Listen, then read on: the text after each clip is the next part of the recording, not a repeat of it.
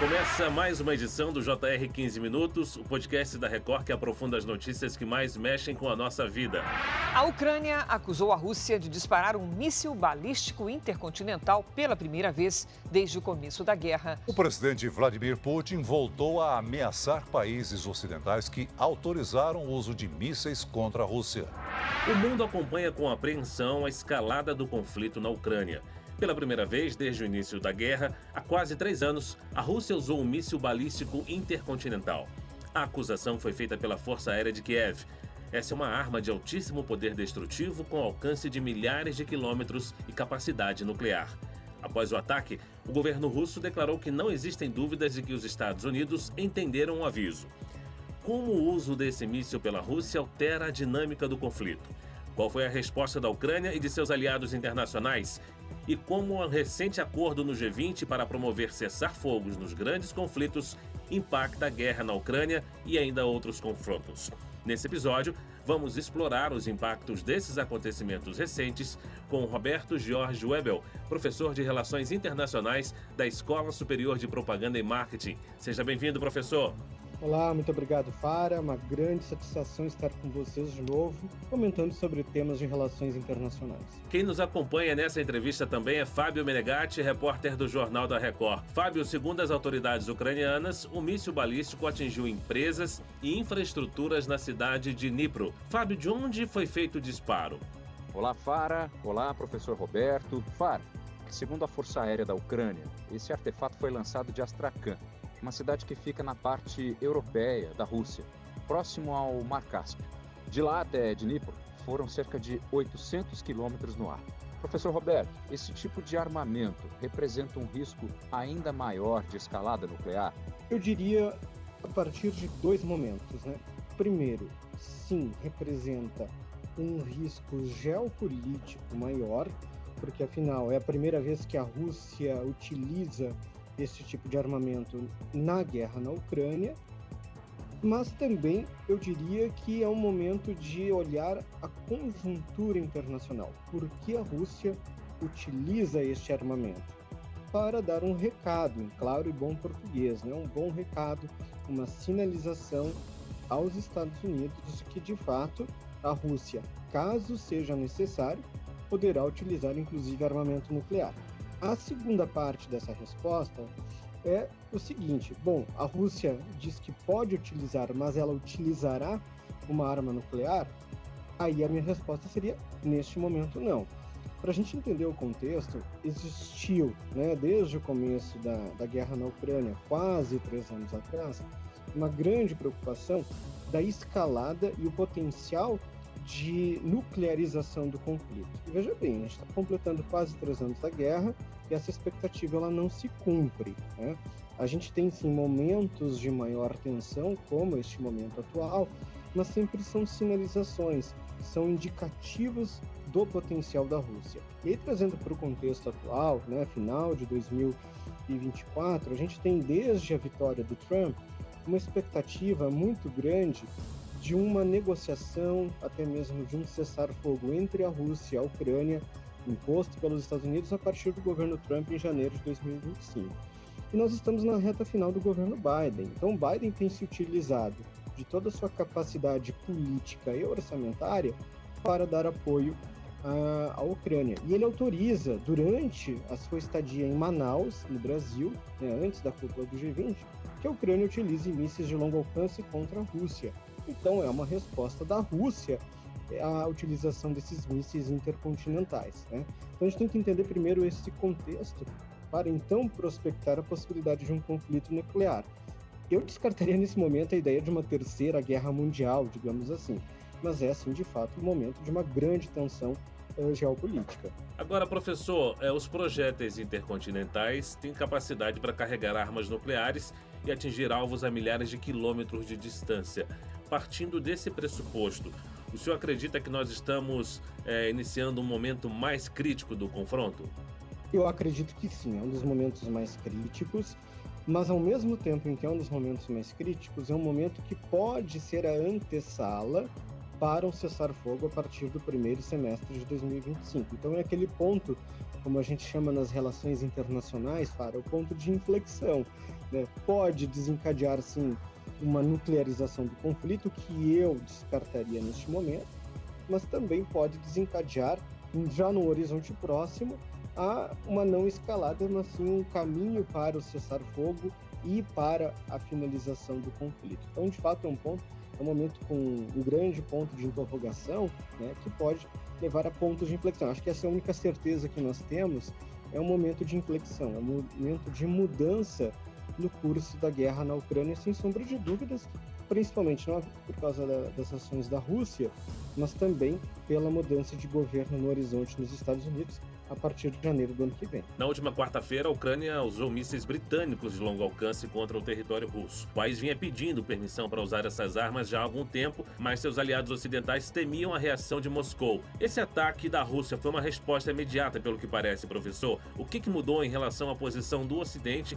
para o uso dessas armas mais letais? Eu vejo que sim, essa autorização, né, dos Estados Unidos para que a Ucrânia, outros países europeus, como o Reino Unido, utilizarem armas não convencionais, por exemplo, mísseis, é um esforço do governo Biden, né, de dar todo o suporte que ele pode dar a Volodymyr Zelensky neste momento. Ou seja, numa linguagem das relações internacionais, ou até mesmo da política externa norte-americana, é uma despedida do governo Biden. Essa é a leitura que eu faço.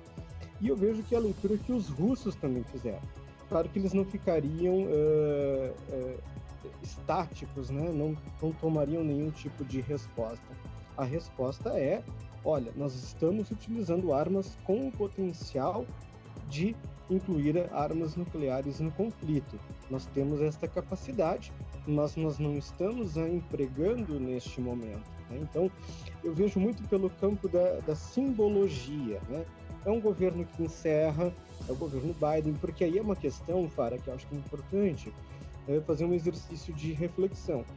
Isso porque não foram os democratas que ganharam as eleições. Mas se Kamala Harris tivesse vencido as eleições, será que Biden teria autorizado tanto a Ucrânia como o Reino Unido e outros países a utilizarem essas armas contra a Rússia e uma agressão mais efetiva à Rússia? E eu tendo a acreditar que não, né? Então eu acho que também é um momento político atual de despedida. O Biden não tem mais nada a perder, não tem um capital político a ser mantido ou ser perdido. Ele está encerrando sua administração. E professor, o uso de armas tão poderosas pode levar a novas sanções contra a Rússia ou até aumentar o apoio militar à Ucrânia? Eu vejo que uma coisa não exclui a outra, né? Sim, pode levar a um aumento do apoio à Ucrânia. A gente tem que olhar quais são os movimentos hoje da França e da Alemanha, né, que são os dois países europeus mais interessados no conflito, na conclusão do conflito. Evidentemente, eu acho que qualquer ação por parte dos europeus de maior apoio à Ucrânia passará pela perspectiva de como será o governo Trump e essa proposta do Trump para o fim da guerra. E segundo, sim, maiores sanções à Rússia. Inclusive, neste momento, já se discute a nível de Conselho de Segurança das Nações Unidas e a nível de ONU, né, da própria Assembleia das Nações Unidas, a aplicação de maiores sanções à Rússia. A grande questão é, qual é a efetividade dessas sanções em Moscou? Já se comprovou que as sanções lá de 2022 não surtiram o efeito esperado, né? Até a Rússia conseguiu, ela apresenta crescimento econômico maior até do que os países que a sancionam, como França, Alemanha, o próprio Estados Unidos, né?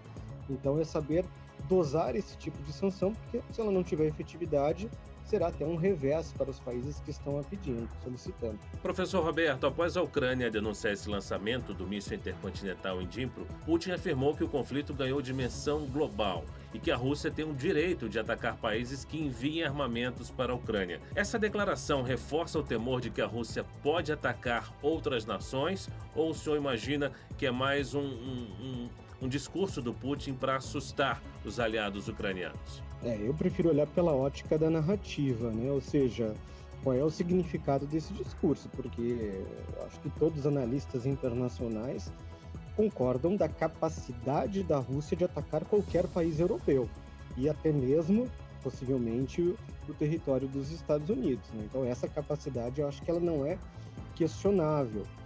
é sim muito no campo do discurso político. Então o Putin diz o seguinte: olha, nós temos essa capacidade, nós evidentemente não empregaremos, mas caso exista alguma ingerência direta, uma atuação direta, seja do Reino Unido, da França, da Alemanha, de qualquer outro país, a Rússia não medirá esforços para contra-atacar, mas eu não vejo isso no horizonte. De novo, é no campo da simbologia política, né? Professor Roberto, há informações sobre como a Ucrânia está lidando com a segurança da infraestrutura também e dos cidadãos, né, diante dessas ameaças nucleares? Sim, a Ucrânia hoje ela tem duas preocupações, né? O governo de Volodymyr Zelensky. O primeiro é garantir, digamos, a mínima segurança do seu território, que ela ainda possui controle, né? Mas um segundo aspecto é também uma preocupação do governo de Volodymyr Zelensky garantir o apoio desses seus aliados, porque praticamente 70% das armas ucranianas, das munições e do auxílio financeiro, ele é externo, ele não advém de fontes próprias ucranianas, né?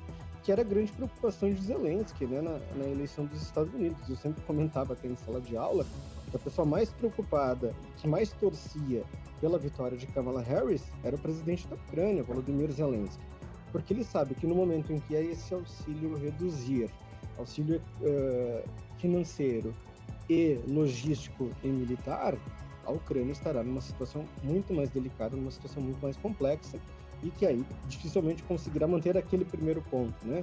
Que é a integridade do seu território, que ela ainda mantém controle, que é praticamente aí 2/3 do território ucraniano. Quais são os cenários mais prováveis para os próximos meses no conflito entre Rússia e Ucrânia? Há sinais, quem sabe, de um cessar-fogo ou uma negociação, né, que esteja se tornando mais ou menos viável? Eu tenho uma grande expectativa de como será a política externa do governo Trump a partir de 20 de janeiro para a guerra na Ucrânia. E, aliás, isso foi o mote da campanha de Trump, né? O único tema, praticamente, de política externa era a promessa de finalização do conflito, da guerra entre a Rússia e a Ucrânia. Então há uma grande expectativa até dos atores internacionais com relação a isso. Como se darão os termos deste cessar-fogo e aí hipotéticas negociações de paz, né?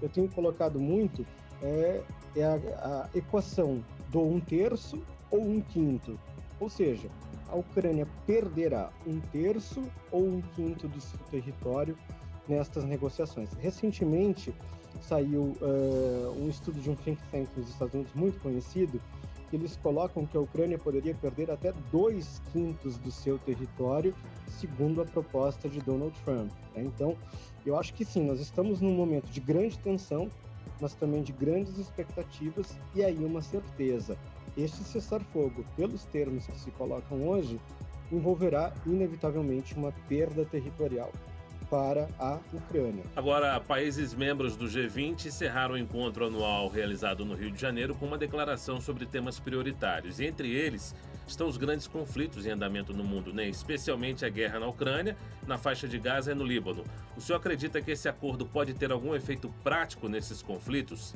Dificilmente, porque, primeiro, né, acho que é importante pontuar, foi uma vitória da diplomacia brasileira a costura desta declaração do G20, né?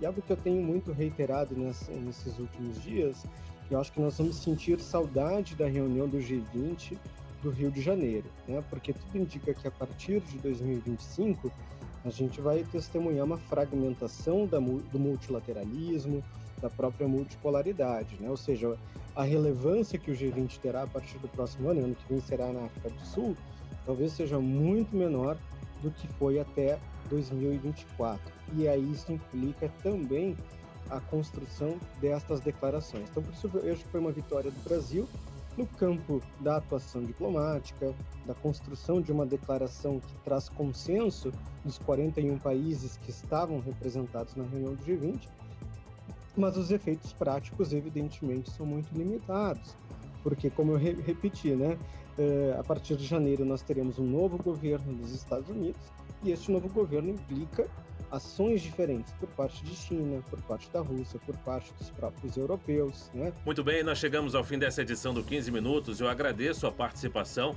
e os esclarecimentos de Roberto Jorge Webel, professor de Relações Internacionais da Escola Superior de Propaganda e Marketing. Muito obrigado, professor. Eu que agradeço pelo espaço, sempre à disposição para comentar sobre sistemas de relações internacionais. Agradeço também a presença de Fábio Menegatti, repórter do Jornal da Record. Valeu, Fábio. Eu é que agradeço, Fara, mais uma vez pelo convite. Professor Roberto, foi um prazer reencontrá-lo. Até a próxima. Esse podcast contou com a produção de David Bezerra e dos estagiários Fernando Russo, Isabela Santos e Yasmin Logrado. Sonoplastia de Diego Marcondes. Coordenação de conteúdo Edivaldo Nunes e Deni Almeida. Direção editorial Tiago Contreira. Vice-presidente de jornalismo Antônio Guerreiro.